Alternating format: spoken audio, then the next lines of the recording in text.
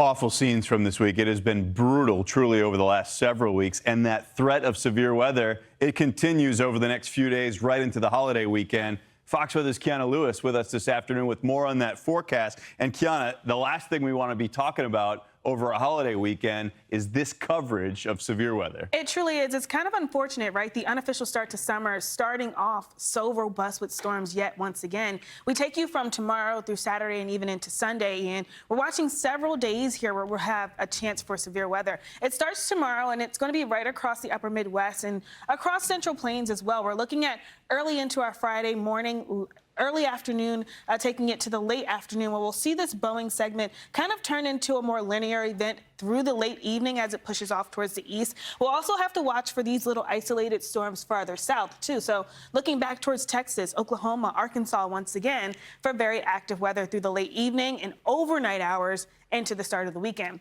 We look at Saturday, things kind of calm down back towards the plains. We're going to watch the southeast very closely for a couple of thunderstorms to start off pretty early in the morning. That's not the main event. We're watching later into the afternoon once again. Saturday and Sunday now both being expanded into an enhanced risk. Saturday across the Central Plains, Sunday back towards the upper Midwest and moving into the heartland. So 2 extra days here along the holiday weekend that we have to keep in mind for severe weather. We know a lot of folks are trying to get out and about. We know that they're going to be maybe outdoors or traveling.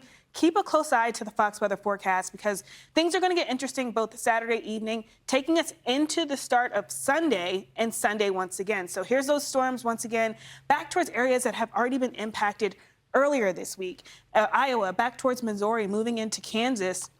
We have a couple of storms late Saturday through the overnight into Sunday.